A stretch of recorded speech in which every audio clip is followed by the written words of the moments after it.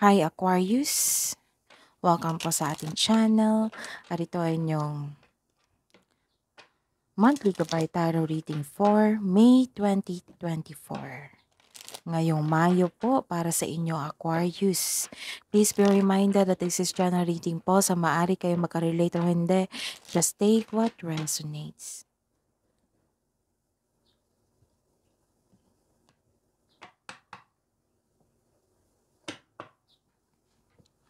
Gamitin ang reading na ito bilang gabay lamang. Balik po kayo dito bukas para sa ating daily Gabay Tarot reading. Please like, subscribe, and click bell button for notification para updated po kayo sa daily tarot reading natin. Para po sa gusto magpa-reading, maaari nyo pong makuhang link nasa description box po ito. Message nyo lang po ako sa messenger. Maraming salamat po.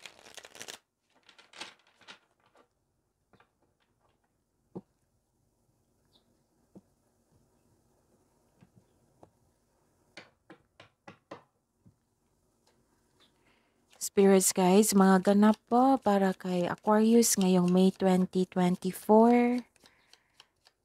Monthly Gabay Tarot reading nila po. I need 3 cards.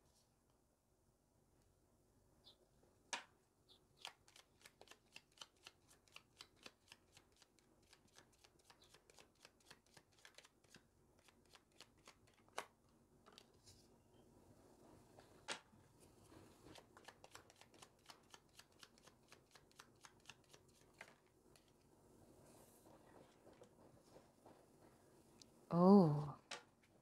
Actually, lumabas ito sa inyo. Weekly, I think. So, nakapanood na ba kayo, Aquarius, sa weekly Gabay Tarot reading nyo?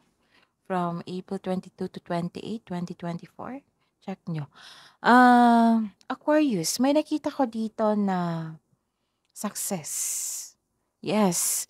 May nakita kong success dito. May nakita kong serendipity. Serendipity yung tinadhana sa inyo. This is kapalaran na nangyari.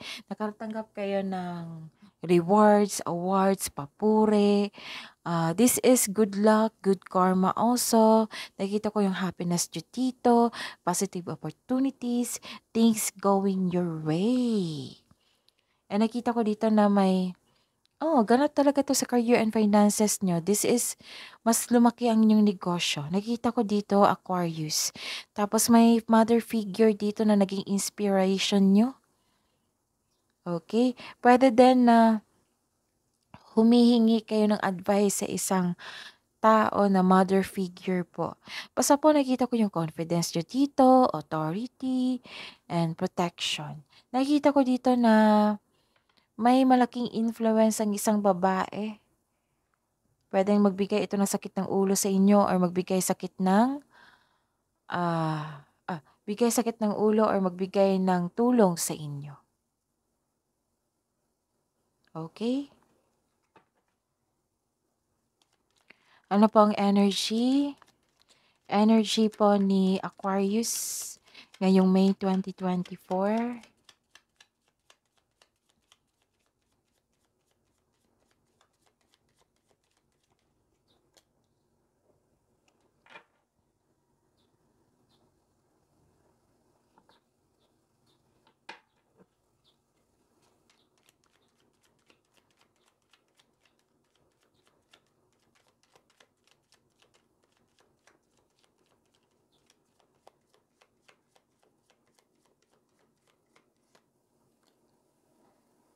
Okay, Aquarius.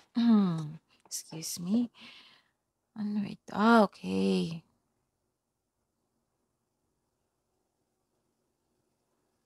So this is your energy. Aquarius. Nakikita ko dito energy mo eh. Ang lakas ng energy. Okay. Nagkaroon po ng, it might be nagkaroon ng conflict last week, last month. Tapos nakita ko dito yung pag-release mo. You're letting go of this grudges. May gustong bumalik sa past nyo po. Aquarius. Oo, may gustong bumalik. Ayaw niyang mag-give up. Tapos may nakita rin ako ditong tao na hindi totoo sa inyo na may gustong kunin sa inyo. It might be this person. So, mag-ingat kayo. And Naku, mag-ingat talaga kayo kasi may gusto siyang kunin, eh. Pero papatawarin mo itong taong ito. Tapos nag-release ka ng old grudges, eh, old emotion para mag-move on na. Para magkaroon ka ng peace of mind. Mismo ikaw nag-decide po, Aquarius. Kahit hindi kayo nag-uusap, pinatawad mo na ito para sa peace of mind mo. Kaya, this card advised you to forgive, accept, and forgive, surrender your worries, accept, and forgive. Yan yung sabi ng card nyo dito. At saka, hindi kayo makagawa ng desisyon. Bakit naman? Ano palang nangyari, Aquarius? Nagkaroon kasi na confusion dito. Pwedeng itong taong ito na nagbigay ng maraming balakid. Basta may delay po eh. Napanghinaan kang lang loob. Tapos, huwag kayong maniwala agad sa chismis. Kailangan yung ano, magsaliksik. Oo, kung totoo ba yan. May nakita kong ma-pride dito na tao. Kalaban yung sarili. May nakita ko dito na matigas ang ulo, ayaw makinig sa payo. Nakikita ko dito. It might be this is your concern talaga, pero ang sabi dito, kailangan nyo mag-improve in your communication, which is strength nyo. Tapos, i-clear up, this card tells you to clear up any hurt feelings eh. Maaring mabigat sa loob ng confrontation na ito, pero kailangan natin harapin to clear up any hurt feelings. Okay? Ano pa? Ayun. Baka magkaroon ng confrontation ito. Spirits guys, ano po ang career and money po? Ganaps ngayong May 2024. Ngayong Mayo 2024 para po kay Aquarius.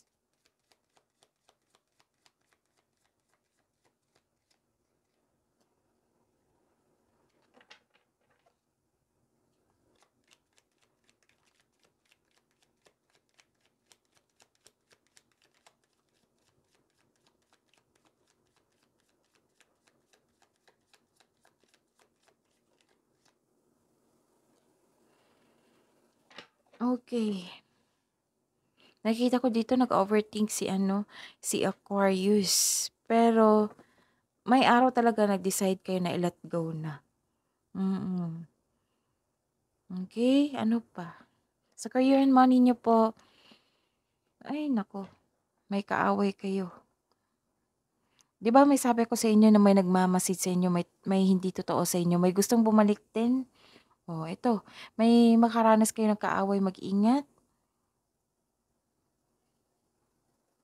May sitwasyon din na kahit hindi kaya, laban pa rin, nagkaroon ng delay, kaya naanoy kayo. Tapos, ano, bakit naman hit yung left arm ko? Baka naman hit yung left arm niyo, no? Okay. Nagkaroon ng blockages eh. May against sa decision niyo po. Sa career and money niyo po. Meron kang naramdaman parang, si Aquarius kasi, sa alam ko ha, ang matampuhin to si Aquarius, matampuhin to, pero mapagbigay, mapagmahal to. Pero matampuhin, madali tong sensitive to si Aquarius, yung matampuhin talaga. Pero once mo itong mahalin mo to si Aquarius, grabe talaga yung pagiging giver nyo. Stricto si Aquarius, yes, pero grabe, magbigay ito ng atensyon, giver din. Okay? Tapos, ayan, kailangan nyo maging mahinahon dito eh. Kailangan nyo maging mahinahon. Naiinip kayo, naaanoy kayo sa delay or sa matigas ang ulo na ayaw makinig sa inyo. Yan yung concern nyo ngayon. Actually, nakikita ko naman dito yung tagumpay nyo. Pero may concern kayo sa tao. Yung hindi marunong magpalagas trabaho sa pera, hindi stable ang inyong emotion ngayon ang dahil sa kanya. Tapos, hindi kayo makagawa ng desisyon. Bakit? Baka Kailangan mag-reflect po kayo. Mag-schedule for time for reflection. Okay? Mag-ingat din sa communication sa ibang tao ha, kasi lumabas na naman dito. Baka may masabi kayo na hindi maganda sa kanya. May parang may gusto makipag-usap sa inyo or may gusto makipag-usap sa inyo ni-reject nyo. Pwede din baliktad ito na may gusto nyo makipag-usap sa taong ito pero ni-reject ka. Kaya nagtampo kayo dito. Spirit Guide, Love Life, Self-Love, Partnership, and Romance ni Aquarius ngayong May 2024.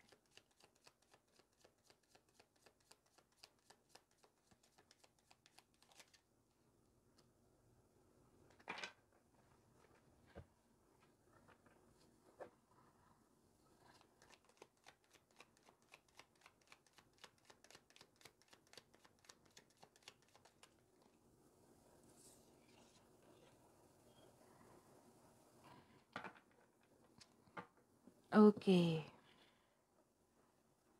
May repeating number dito pero tapusin ko muna ha. Sige, ngayon na lang. Kasi minsan to si Aquarius, pansinin nyo, na ayaw nyo maghintay.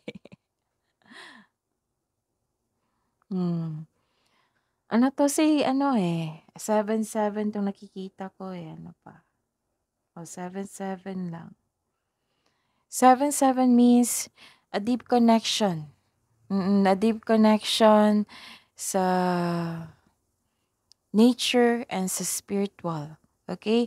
Tapos, this is a sign from your angels that it is time to listen to your inner wisdom po. So, connect to your intuition, ha? Angels ask you to spend time in quiet contemplation, meditation, or prayer. Kailangan nyo mag-meditate dito. Connect to your intuition, connect to our nature. Okay? Aquarius. Kasi may spiritual awakening dito na, may nakita kong spiritual awakening po. Tapos, ano to eh?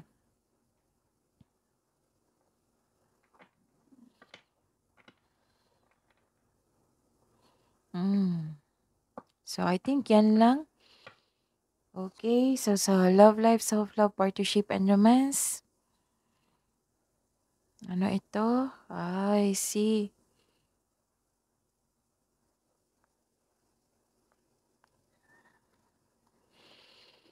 Ano to? May challenge kayo sa inyong family ngayon or sa partner nyo. Feeling nyo, kinokontrol talaga kayo eh. Dito pa lang, kinokontrol ang inyong desisyon sa buhay. Pwedeng kinokontrol ng kapatid mo, parents mo, partner mo. Nagkaroon din ng conflicts over property, pero pwedeng nag-uusap kayo regarding sa property. And ayun yung hindi pa kayo makagawa ng desisyon dito. Ano ba yan, Aquarius? Ano ba yung, parang last month pa ito eh. Kasi, yung mabigat na kayong, yung may gusto kayong mabigat na desisyon, nahihirapan kayo. Mag-ingat kayo kasi may third party issues na naman dito. Secret affair, may issue sa secret affair, mistress. Mag-ingat po kayo sa mapanilang na tao at magnanakaw, okay? Kasi may lumabas dito eh. Ilang beses na ito lumabas sa inyo, Aquarius. Mag-ingat po kayo ngayong May 2024, okay? Huwag sana kayong ma-involve sa third-party situation. Alamin nyo, ipag-pray nyo. Okay? Tapos, nakita ko dito na confused ka. Kasi, may tao talaga, 3 card na nagsabi dito na may taong hindi totoo sa inyo. Pwede din nagkaroon ng obsession sa isang bagay or tao.